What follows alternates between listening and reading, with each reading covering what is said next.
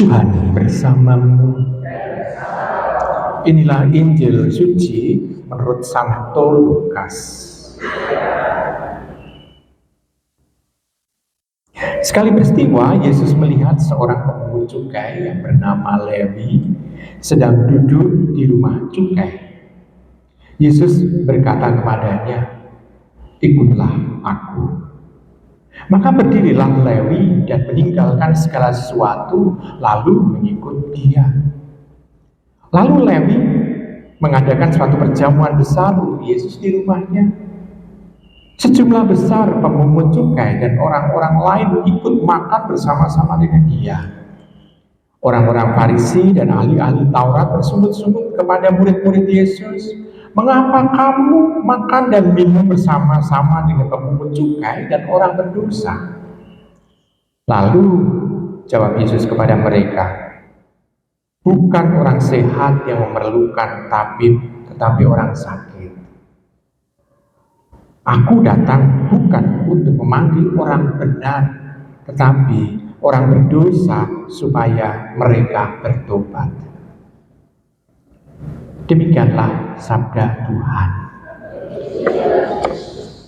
Ibu, bapak, saudari-saudara yang terkasih dalam Tuhan, pada bacaan Injil ini kita bisa melihat di sana panggilan Matius untuk menjadi rasul, karena satu-satunya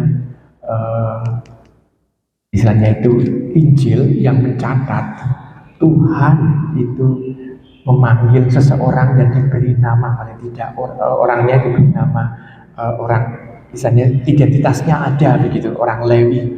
Dan hanya Injil Matius ini orang Lewi, yang lain-lainnya hanya pemungut cukai aja yang disebut Matius. Nah, sekarang kita bisa melihat di sana bernama Lewi, dan ini memang Matius sebagai orang Lewi. Nah, sekarang saya mau tanya dulu, orang Lewi itu zaman Musa, ya zaman Musa itu dikhususkan oleh Tuhan itu untuk menjadi seorang imam, karena ini adalah sukunya Musa dan Harun. Sehingga karena menjadi suku imam, maka tidak mendapatkan jatah tanah. Dan itu ada di yang, sehingga pada zaman Tuhan Yesus sisa-sisa dari orang Lewi itu masih ada. Lalu tujuannya adalah menjadi imam. Nah, sekarang kalau dia menjadi pemungut cukai, sesuai enggak dengan panggilan dia sebagai orang Lewi? Enggak. Karena pemungut cukai dianggap sebagai pengkhianat bangsa, maka dianggap sebagai pendosa besar. Nah, maka di sana tampak bahwa orang Lewi ini tidak pada tempatnya. Maka kita bisa melihat dia dipanggil Tuhan untuk menjadi apa? Menjadi pewata, menjadi muridnya. Dan akhirnya dia menjadi rasul juga. Ya, sekarang bagi diri kita, bacaan ini berbicara apa? Berbicara adalah kita menjadi pengikut Tuhan. Kalau menjadi pengikut Tuhan, selayaknya melakukan dosa enggak. Tapi harus melakukan kebenaran, keadilan, lalu juga kebaikan yang harus ada. Ini identitas menjadi murid Tuhan, membawa Tuhan dalam kehidupan yang nyata, seperti orang Lewi menjadi imam, yaitu menjadi perantara antara umatnya dengan Allah. Nah, sekarang bagi diri kita diharapkan juga mampu untuk menjadi perpanjangan tangan Allah dalam kehidupan di dunia ini, di hadapan orang lain yang belum mengenal Tuhan. Ini identitas kita sebagai orang Kristiani.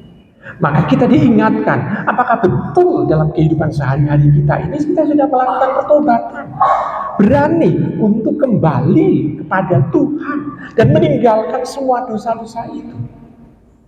Maka tema APP kita yang misalnya mengajak kita untuk kembali kepada Allah dan melakukan sesuatu yang benar di hadapannya, ini kembali diingatkan. Maka warta pertobatan bagi Tuhan ini haruslah kita dahulukan dalam sikap hidup kita sehari-hari. Maka ibu, bapak, saudari-saudari terkasih dalam Tuhan, kita harus berani untuk memperbaharui kehidupan ini secara total pula. Nah, dengan demikian bacaan ini mau mengajak kepada kita untuk berani menanggalkan ego kita, menanggalkan kesombongan diri kita untuk kembali rendah hati, mendengarkan firman Tuhan dan melakukannya. Selamat merenungkan.